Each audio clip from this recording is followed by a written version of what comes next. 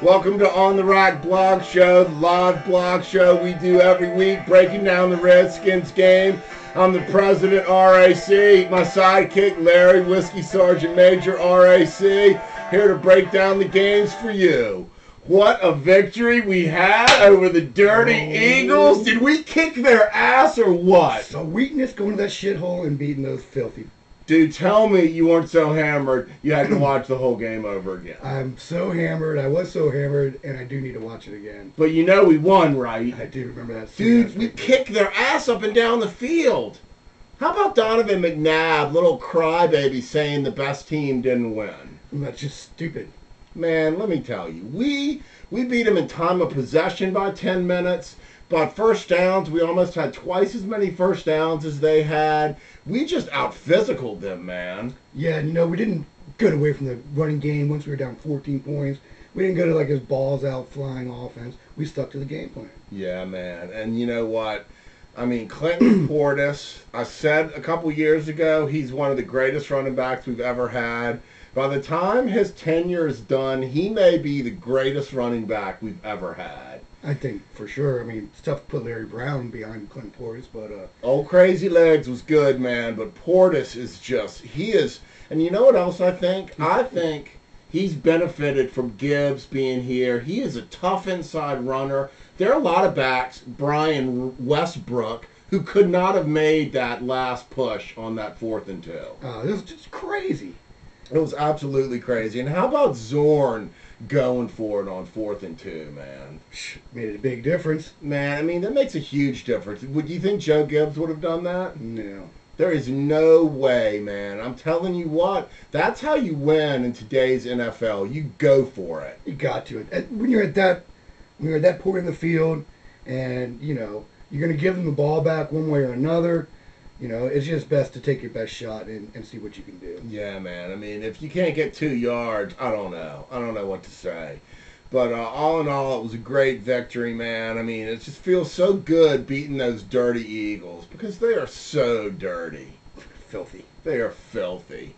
But another great call was Zorn's little wide receiver reverse / option pass to Cooley. They practiced it one time. And he handed the ball off to Portis. And they handed the ball off to Portis. Well, that was the first time. The second time, I guess they practiced it twice. It only worked one time in practice, though. I mean, that's awesome. And Randall L., did you catch his hip hip hooray? Hey, it's tradition now. It's tradition. I mean, and this is another reason that Zorn is like the anti-George Allen. Allen was all defense. Zorn's all offense. Allen came after Hall of Famer Lombardi a year or so. Zorn comes after Hall of Fame Gibbs. And they've got this desire to win, man, at any cost. It's just awesome. It's great. Everybody from the coaching staff to the water squirter boys are all doing a great job. I mean, it just seems like a complete team finally. Yeah, and you know what? I mean, I just got to say this again. You got to give Vinny credit. Before the season, I said this team would be 12-4 or 4-12. And either way, it's Serrato's. It's on Serrato's ass. I'm telling you right now. I'm not saying we're going to be 12-4, but we're certainly going to be closer to 12-4 than 4-12. I'm not so quick to hand out Vinny trophies, but well, man, his concept that we have continuity, keep as much as you can, and get a coach to bring in a new passing game. If Gibbs had hired Zorn 2 years ago and he hired Al Saunders, he might have gone to the Super Bowl last year. He might have. I mean, that's quite a speculation. Yeah. All right, moving on to our favorite small man in the world, the mighty midget, Dan Snyder. Anyone who's been to ontherack.com this week and saw his jumping up and down, we beat Philly, we beat Dallas. You know what? Once again, let me just say, there but for the grace of God go I. If I were a billionaire owner of the Redskins, that is exactly how I would have been walking out of the tunnel. I hope not. Well, man, I just think it shows that the guy wants to win, man. He gets passion, excited. but come on, act like an adult. Oh, come on, he is acting like an adult. He's a billionaire who Act just like a beat billionaire Philly's ass, adult. dude. You would be so psyched. Yeah. Oh, you'd be hammered. They'd probably be rolling you out of that joint. In a wheelbarrow. All right, now we got to go back to the one dark cloud over the franchise. You know what his name is? Durant Brooks. Yeah. Dude, he himself has personally given up 14 points this year and a punter after 5 games. He is, right now, he is the worst punter in the NFL. Yeah. Frosty's sitting there with the Packers. He's like middle of the league, middle of the road, Confident. That's what you have to do. Dude, he punts the ball. And, I just don't understand why we're holding on to this guy. I mean, we've gotten lucky in those 2 games. We managed to win them. Our luck's going to run out, man. Absolutely. Durant Brooks is going to squib a couple more of these. Are going to run it back for touchdowns. We're going to end up out of the playoffs. It's why we're not doing anything with him, why we're keeping him around, is because no one wants to admit they were wrong. Like Vinny Serrato. Exactly. Yeah, well, somebody, needs to.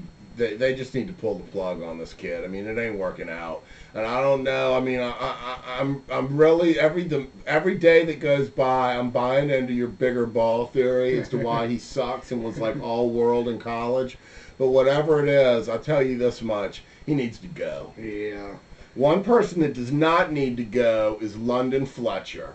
Did that kid have an amazing game or what? He not only do you see him flying around the ball, getting the tackle, all over the field, going into space and making playing a defender against tight end, but he's putting everybody in the right position. Yeah, that tackle he had on Westbrook, it was like 3rd and 6 or something. It was a little screen to him, and he just caught him right from behind.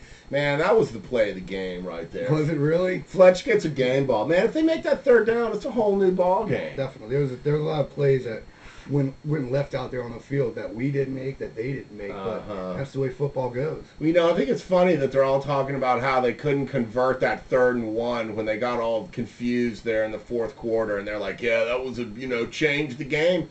You're still 2 scores down, dumbass. Yeah. Even if you get a touchdown, we're still going to win the game. So take that, Philly. All right, this week we got Crazy Al Saunders and the St. Louis Lambs coming into town. You want to know what my first thought about the Lambs is? What? Danny Werfel beat the St. Louis Rams. If Werfel can do it, anybody can do it. You want to know what my second thought is? Dangerous? I'm scared shitless that we're going to lose this game because everyone's like, oh, the Rams are so horrible. We know what Al's going to do. This game's a win. He's got a great 700-page playbook to go by. It's all crap, man. But I am worried about this game. I mean, I'm worried Haslett's just going to, trim the playbook down. He's going to tell Al he gets 5 plays. Let's just master those. I mean, it should play into our hands. We should be able to win, but it's a scary damn game. It's one of those kinds of games that you feel like you should shut this team out, but things can happen in the course of the game, like Durant Brooks punting like an ass. The best thing I think we have going for us this year is that it's not last year when everything that could go wrong did. It's a new team. We're just going to have to think we can handle the Crazy Lambs. Yeah. All right. Big show, not happening this weekend. I have a wedding to go to. 2 thumbs down on missing the game. No dirt bags. We will be at A60. Larry will be at A60, rocking and rolling. Larry, you going to give a speech in the absence of the show for the guys? I think maybe Bucko is going to give a speech. Bucko's going to give a speech. We're putting you on the spot, Bucko. That's it for this week. Let's have a great showing out there. Get out there early. Drink heavily. We need you. The 12th man must show up for this game. If we're going to win, we need to be 5-1. 4-2 is not acceptable. That's it. We're out of here. Hail to the skin. Hail to the skin. Let's go get them.